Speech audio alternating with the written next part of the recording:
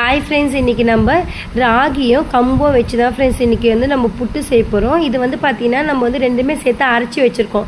ஓகேங்களா, நம்ம வந்து இது வந்து ஒரு 5லேருந்து 6 பேர் சாப்பிட்ற மாதிரி செய்ய போகிறோம். நம்ம வந்து என்ன பார்த்திங்கன்னா ஃபஸ்ட் இந்த மாவை என்ன பண்ணுங்கள் போட்டுட்டு நம்ம எந்த அளவுக்கு தேவையோ அந்த அளவுக்கு போட்டுட்டு கொஞ்சமாக தண்ணி ஊற்றி உப்பு போட்டு பெசனி வச்சுக்கோங்க ஃப்ரெண்ட்ஸ். பதம் வந்து பார்த்திங்கன்னா இந்த மாதிரி பிடிச்சா வந்து குழக்கட்டை மாதிரி வரும். இதான் வந்து பதம். இந்த மாதிரி வச்சுட்டு நம்ம ஃபஸ்ட்டு என்ன பண்ணி இட்லி குண்டெல்லாம் தண்ணி ஊற்றி கொஞ்சம் சூடு பண்ணிக்கோங்க. அதுக்கப்புறமா ஒரு வெள்ளை காட்டன் துணியை நல்லா ஈர பண்ணிவிட்டு அதை ஃபுல்லாக தண்ணி இல்லாமல் ஃபுல்லாக பிழிஞ்சு வச்சுக்கோங்க. அது மேலே போட்டுட்டு அதுக்கப்புறமா நம்ம பெசனி வச்சோம் பார்த்திங்களா, இது வந்து கட்டி இல்லாமல் இருக்கணும். கட்டி இல்லாமல் நல்லா மசிச்சு இது என்ன பண்ணுங்கள், இதில் வந்து ஆட் பண்ணிக்கோங்க. ஆட் பண்ணிவிட்டு நல்லா ஃபுல்லாக கவர் பண்ணி இட்லி குண்டாவில் வந்து மூடி வச்சுருங்க ஃப்ரெண்ட்ஸ். இது வந்து கிட்டத்தட்ட ஒரு 20லேருந்து 25 நிமிஷம் வரைக்கும் வேகணும். இது ரொம்ப ஃபாஸ்ட்டாக இல்லாமல் ஸ்லோவாக இல்லாமல் மீடியம் ஃப்ளேமில் வச்சுருக்கேன். இது நல்லா வெந்து இப்போ பாருங்கள் 25 மினிட்ஸ் ஆகிடுச்சு. நம்ம ஓப்பன் பண்ணி பார்த்தா அங்கே பாருங்கள் அழகாக வந்து